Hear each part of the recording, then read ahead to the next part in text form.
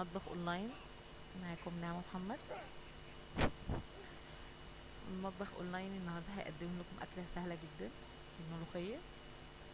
الملوخيه هي الناس كلها بتعرفها، الناس كلها بتعرف تعملها، بس في ناس ما بتعرفش تدخل المطبخ اصلا، وهي دي الناس اللي انا بقدم لها الاكله دي النهارده.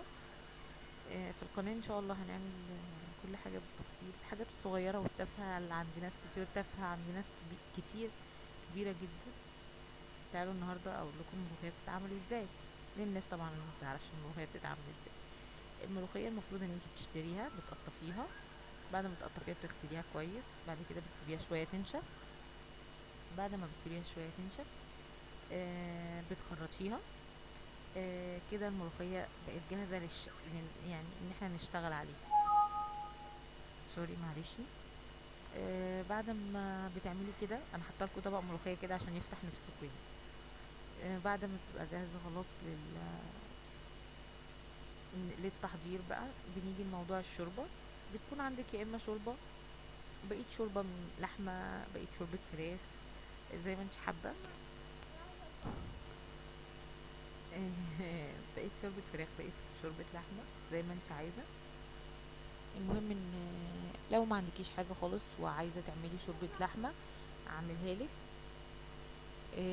انت بتحضري اللحمه، بتغسليها كويس، نقعها في ميه بتغسليها كويس، وبعد كده بتجيبي ميه تحطيها على النار، كميه ميه مناسبه على حسب كميه الملوخيه اللي انت جايباها. بعد ما بتحطيها على النار وبتغلي، بتروحي حاطه فيها بصله. بعد ما بتحطي البصله والبصله بتغلي وبتبدا ريحتها تطلع، بتروحي حاطه اللحمه، بتروحي حاطه شويه ملح وشويه فلفل، وبتسيبيها تستوي.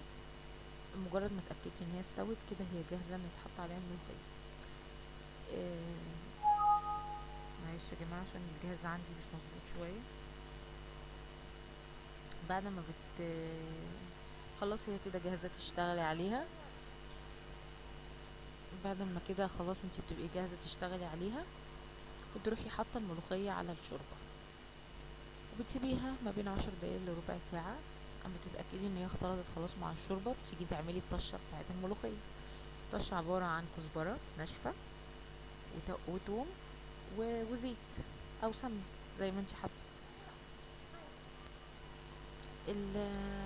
بتجيبي بتجيبي بتجيبي التوم تقطعيه حتت صغيره، وبعد كده بتحطي الزيت على النار، يسخن الزيت، بتبداي تحطي التوم. بعد ما يسخن التوم وبتحسي ان هو خد لون يعني ذهبي كده شويه، بتروحي حاطه عليه الكزبره، وبرده بتستني لما تندمج مع التوم وريحتها تطلع، والتوم كمان ريحته تطلع وتبدا تاخد لون برضو ذهبي. بتروحي تكوني بقى محضره خلاص، انت كده اتاكدتي ان هي استوت واندمجت مع الشوربه الملوخيه، تروحي حطاها عليها وسايباها من دقيقتين ل3 دقايق بس على النار. نصيحه، مبتغطيش طبعا الحله، بتوربيها بس عشان الملوخيه ما في حاجه اسمها بتسرد يعني بتنزل في الحله من تحت. كده طبعا هتبوظ.